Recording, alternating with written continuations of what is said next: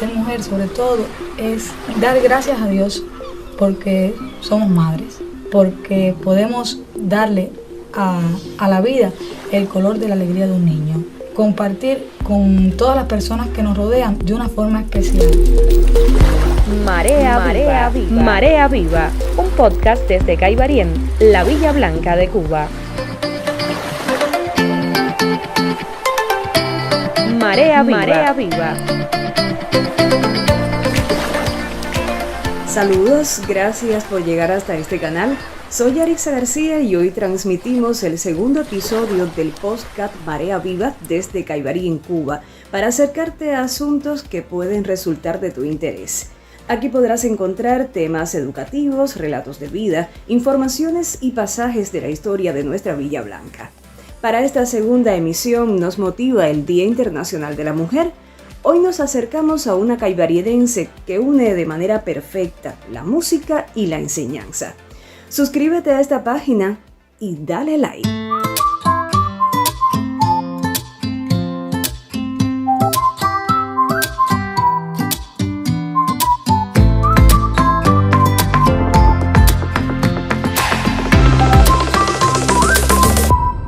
Hoy recibo a una educadora excepcional que aprendió a tocar piano antes que a leer o a escribir. Me refiero a Lourdes Elena Millar Sánchez, para todos, Lurdita. Bienvenida, ¿qué tal? Muy bien, muchas gracias por la invitación. No, las gracias a ti por estar junto a nosotros y por permitir conocerte un poco más. Por cierto, Lurdita, cuéntame de este vínculo con la música a tan temprana edad. Bueno, más bien el vínculo ese vino prácticamente desde que nací, porque es una tradición familiar entre nosotros, sobre todo las niñas, dada que mi familia tenía cierta posición social antes del triunfo de la revolución, que las niñas estudiaran el piano. Y mi abuela estudió piano, mi mamá estudió piano, y cuando yo nací, mi mamá ya apenas tenía tiempo de tocar piano, pero tocaba ciertas melodías que a mí me gustaba mucho, incluso verla sentada en el piano, cómo ponía las manos en el piano, y me llamaba mucho la atención cómo ella tocaba las teclas del piano y el sonido salía tan bonito, y me puse a imitarla a ella. Pero así, descubriendo, tomando el piano como un juego, saqué algunas melodías de algunas canciones y a las personas les llamó la atención, y principalmente a mi familia, por lo que decidieron entonces buscar la forma de que una maestra, que en ese momento buscaron una profesora que se llamaba Emilia Betancourt, que había sido profesora de la Academia de Piano que había existido aquí en Caibarien, para que me diera clases de manera particular. Me han dicho que en tu formación tu abuelo paterno fue fundamental también. Mi abuelo paterno era maestro, y al igual que mi abuela, y la hija, o sea, mi tía, la hija mayor de ellos. Prácticamente la tradición pedagógica viene por la familia paterna, cuando iba allá en las vacaciones de visita, yo los veía en los quehaceres como maestro, la revisión de libretas, los planes de clase, traer trabajo para la casa.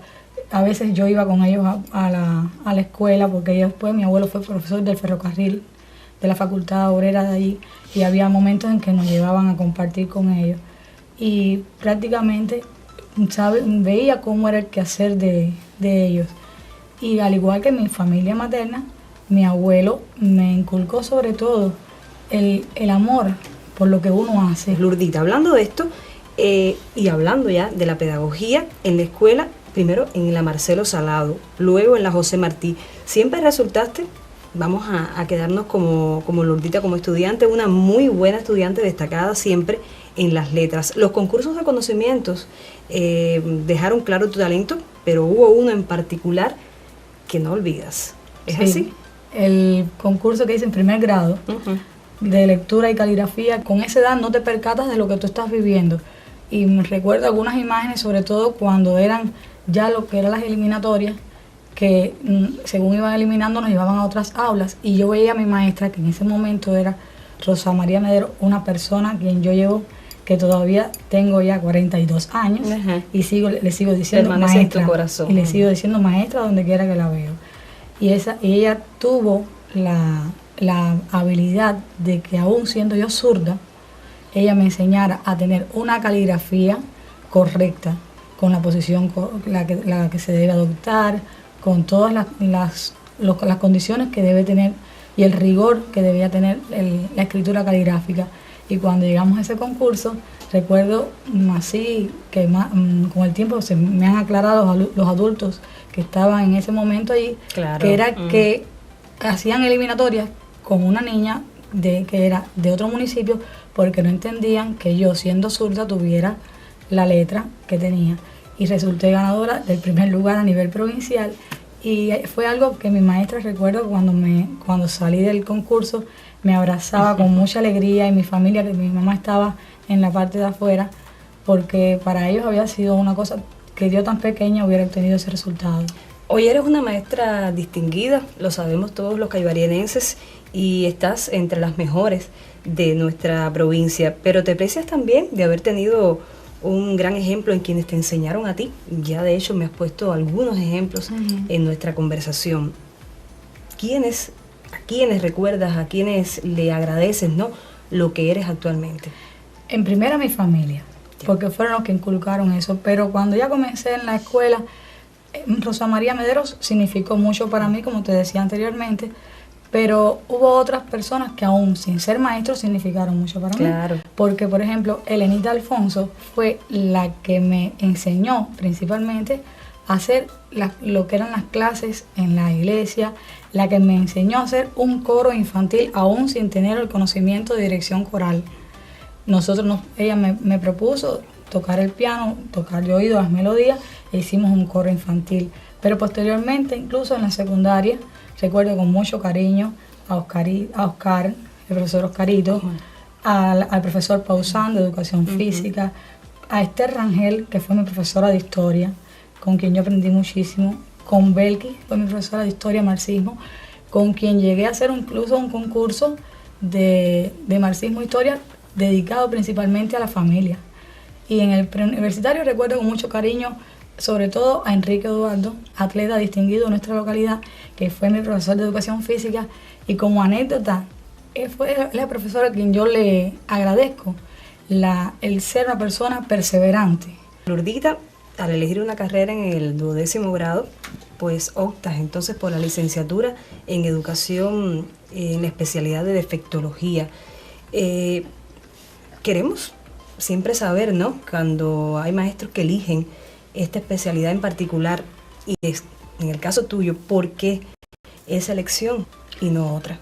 Bien, mira, de niña yo siempre estuve vinculada a personas con discapacidad, porque en mi familia mi prima hermana es síndrome Down, 2 años mayor que yo, crecí junto con ella prácticamente, era mi compañera de juego, y entonces yo veía como que ella también podía aprender lo que de una forma diferente. Yo no me daba cuenta en ese momento que lo que yo quería era enseñarle a ella, y entonces trataba de hacer actividades con ellas, colores, juegos, y me gustaba la forma en que ella respondía conmigo y la relación que teníamos.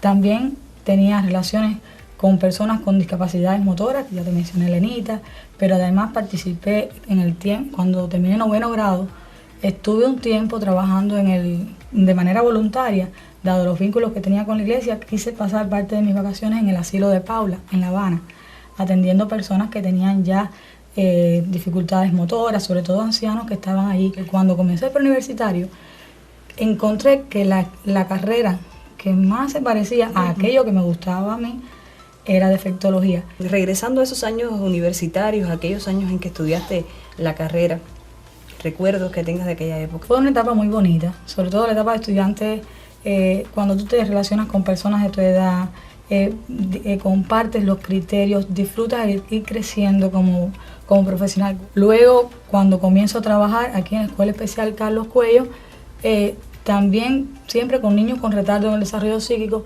también estuve haciendo otras actividades. ¿Qué te parece? Sí. ¿Qué te parece si hacemos una pequeña pausa y conversamos exactamente sobre tu actividad en este centro escolar tan importante de nuestra localidad, la Escuela Primaria Carlos Cuello? ¿Te parece bien? Seguimos. Marea Viva.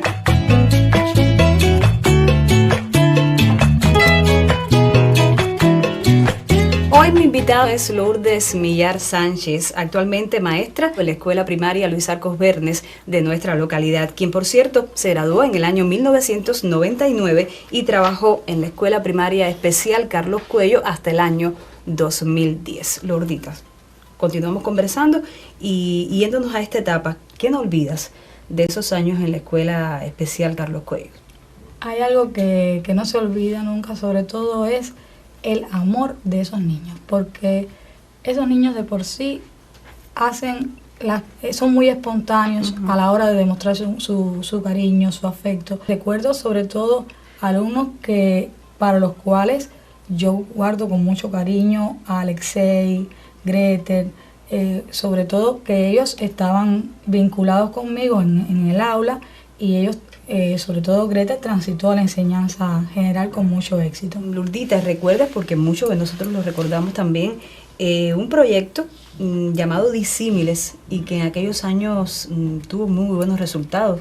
Coméntanos de él. El proyecto Disímiles fue un proyecto que cuando yo me incorporo desde la licencia de maternidad, estaba aquel proyecto y se estaba utilizando un método alternativo de solfeo donde no es la música con las notas clásicas que nosotros conocemos un pentagrama, sino utilizando los colores, una forma que el niño aprende la música y la puede ejecutar.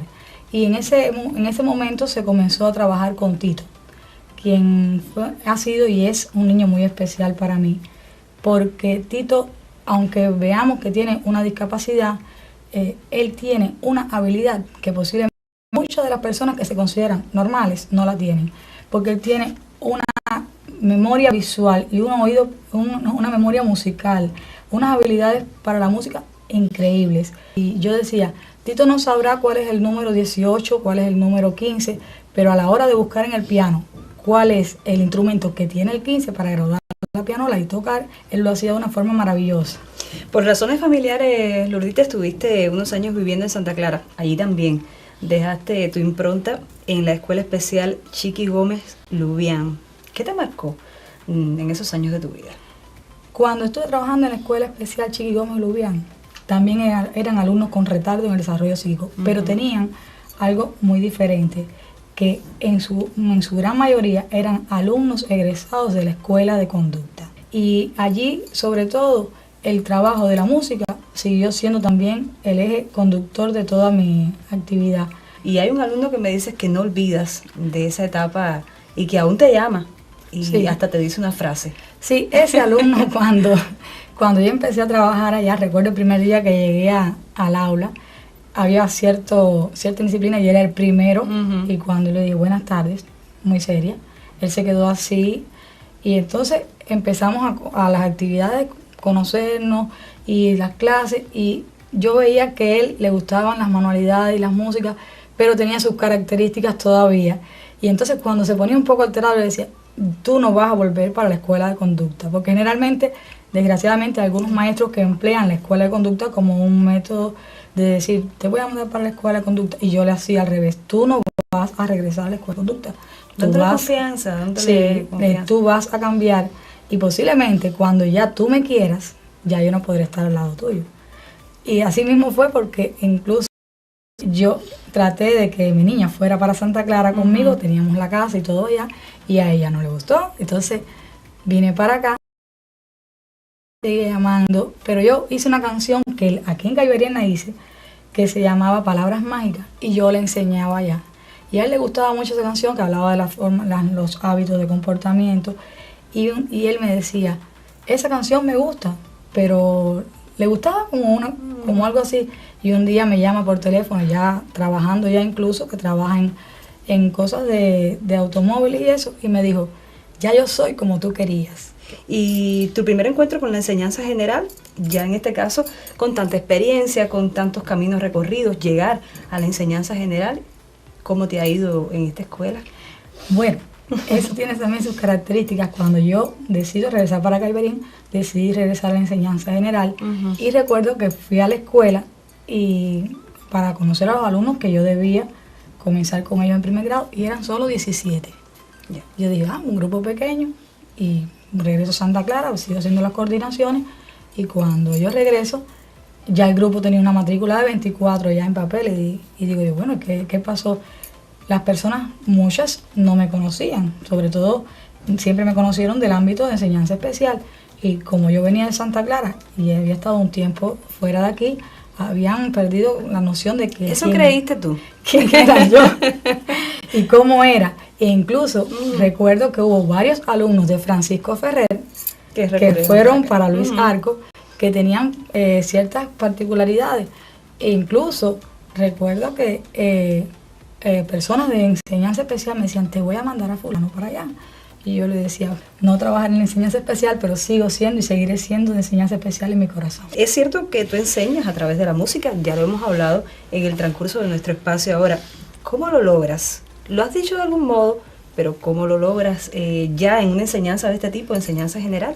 En primera, la música es un lenguaje universal. Claro, y sabemos. Todos los niños es algo que nacen cantando, las madres los duermen cantando, y es algo que los tranquiliza, que los iguala, porque también es algo que los niños pueden quizás no ser muy diestros en matemáticas, no ser muy diestros en la lengua española, pero tienen actitudes para el canto. Y entonces a los niños de por sí, desde primer grado, les gusta mucho, preescolar sobre todo, les gusta mucho cantar. Y él lo hacía sobre todo usando las mismas actividades que hacían ellos, a eso que debían aprender, como sentarse correctamente, lavarse las manos, recoger la mesa. Todo eso lo hacía con música, y eso a ellos les ayudaba. Tanto que muchos compañeros de trabajo míos me han dicho, tu aula todo lo hacen cantando. A veces han tenido que entrar al aula y de buena primera dicen, bueno, vamos a recoger, que vamos a empezar las actividades, y ellos no saben que ellos cantan. Y de pronto los muchachos empiezan a cantar esas canciones que es para la organización escolar, y ellos se sorprenden, dicen, todo lo hacen cantando. Eres reconocida, Lourdes, como una profesional de excelencia. Has puesto los resultados de tus investigaciones pedagógicas en eventos a todos los niveles. Recibiste en el 2016 la categoría de personalidad distinguida de la educación por la Asamblea Provincial del Poder Popular. Sin embargo, me dices que tu mayor premio tiene nombre propio, Leslie Isabel. ¿Por qué? Leslie Isabel, mi niña, ha sido el mayor premio que me dio la vida en el 2001. Tengo la satisfacción, sobre todo, de que fue una niña querida, que fue una niña deseada en todo momento, que con ella he compartido las mayores alegrías, y ha sabido ella también compartir incluso parte de mi profesión, porque yo siempre le digo incluso a ella, tú tienes alma de maestro. A los alumnos míos le encanta que ella vaya al aula, porque ella se pone a jugar con ellos, las mismas formas en que prácticamente lo hago yo, y ella, yo le veo que lo hace con mucha alegría. También es catequista en la iglesia, y es algo que ella le nace de manera espontánea. Es que también tiene de quien heredarlo, ¿no? Y también ha tenido la enseñanza tuya diaria, constante. Por cierto, Lourdita, ¿cómo asumes la responsabilidad, la vida familiar, dentro de tanta responsabilidad también en la escuela, con tus alumnos? El respaldo de mi familia siempre lo he tenido, claro. Porque mami siempre ha estado en la retaguardia en todo momento. Cuando he tenido un problema, incluso ha llegado momentos en que hemos estado solo papi, mi esposo y la niña y yo, y es increíble como todo sale, todo fluye. A veces mami se queda preocupada, dice, bueno, cuando yo no esté, ¿cómo sucederán las cosas? Y es una cosa también de que cuando yo comparto con mis alumnos el ambiente familiar mío, transmitirles las cosas que ellos quizás en un futuro también puedan. No seremos una familia perfecta. Y siempre estás enseñando, siempre de algún modo estamos enseñando en la vida. Eres dulce, te conocemos, una persona siempre amable, pero a la vez eres fuerte y firme porque lo has demostrado durante toda tu vida y en este poco espacio que hemos dedicado o que te hemos dedicado. Por eso quiero preguntarte la pregunta que siempre se le hace a toda mujer que llega a nuestro espacio. ¿Cómo se siente Lourdes después de haber transitado por todos estos años? ¿Cómo se siente ser mujer? Ser mujer, yo digo que es algo, una gracia, es algo muy especial que recibimos, un don. Más bien es un don, porque ser mujer es sobre todo, es algo que incluye, en una mujer se incluye el amor, la pasión, la tristeza, la alegría, todo, pero la mujer es capaz de dosificar cada una de esas cosas en el momento preciso y cuando sea necesario y la cantidad que sea necesaria. Porque es la que cuando llega el niño que triste, es la que puede pasar la mano, pero cuando el niño hace algo incorrecto, regaña, pero después conversa y logra equilibrar esas cosas entre lo justo, lo que se necesita, pero sobre todo, siempre digo que ser mujer sobre todo es dar gracias a Dios porque somos madres, porque podemos darle a la vida el color de la alegría de un niño, la alegría de sobre todo compartir con todas las personas que nos rodean de una forma especial, porque como te decía, ya las mujeres podemos mezclar todos esos sentimientos y darle a la vida un sabor diferente y sobre todo, algo que yo siempre digo, las mujeres nos caracteriza sobre todo el silencio. No tenemos que ser muy escandalosos para decir las cosas que hacemos, porque como dice Martí, hacer es la mejor manera de decir. Bueno, pues como dice Martí, yo confirmo y reafirmo que usted como mujer sigue haciendo, y por supuesto que ha sido un placer inmenso para mí y para todo nuestro colectivo y además para las personas que disfrutan de este espacio. Gracias de todo corazón y continúa así.